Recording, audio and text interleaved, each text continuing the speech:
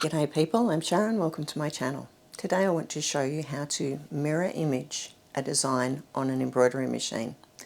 Most of my designs don't work for that because they're generally symmetrical, but the one that does is the dove over there, design number 59. I'm in the embroidery area of my sewing machine and this machine does both, but if you have got a 550E, a 500E or a 400E, you'll have a home screen that has those three buttons in it. This one is your edit screen. This is obviously for doing lettering, and this is where the designs are that are built into the machine. I'm going to go into my edit screen and I'm going to tell it which size hoop I want, and I'm actually going to use the square 14. I'm going to get one of my designs and I'm getting it out of a file. At the moment I'm looking at the files that are held in the memory of the machine. I want to look at the one I've got on a USB. It's a 14 centimetre design that I want, so I'm going in here. And I want design number 59,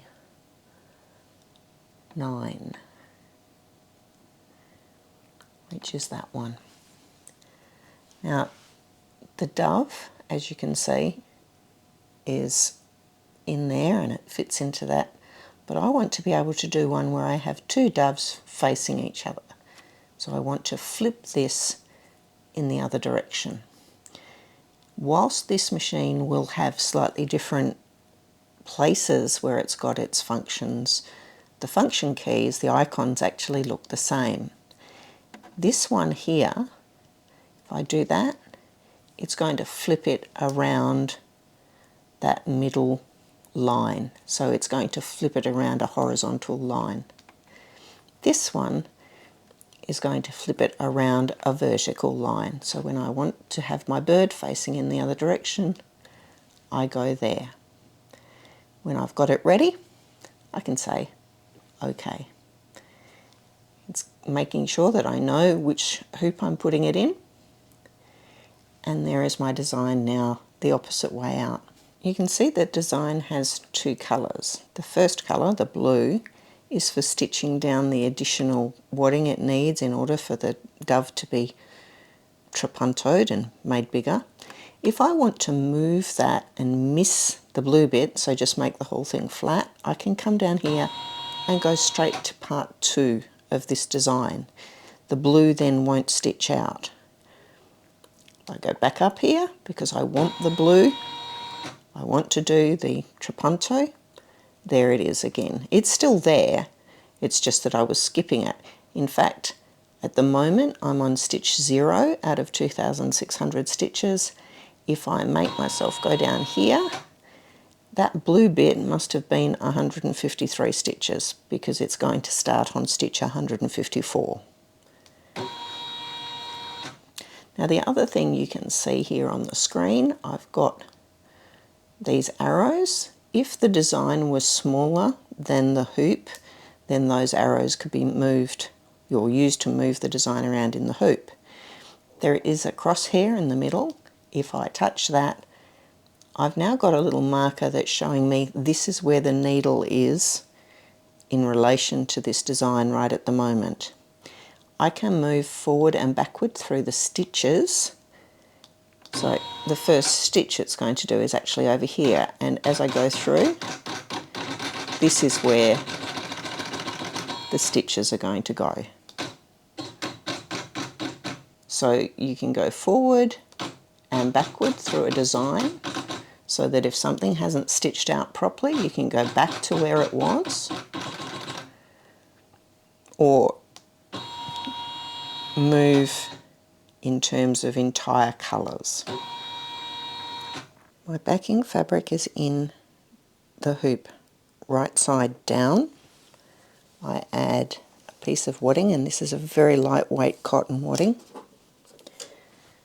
I'm then, because this is such lightweight wadding, going to add 2 pieces for my trapunto and 1 extra piece.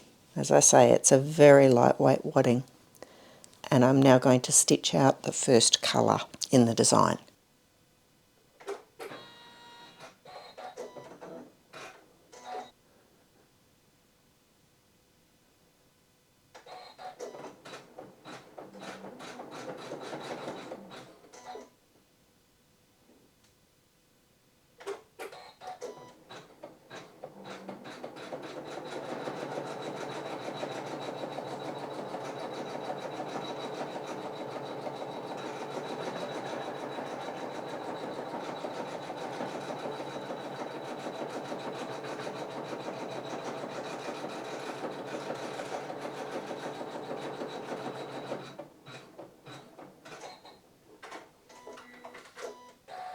Now that that first part of the design has been stitched out, I'm going to take this off the machine, the hoop off the machine, but leaving the design in the hoop. I'm going to trim away the top 3 layers of wadding around this design. Now that I've got the dove cut out, the 3 layers, I put the top fabric over. It will stitch out a square now, and I'm going to babysit it while it does that, and then I'll let it go.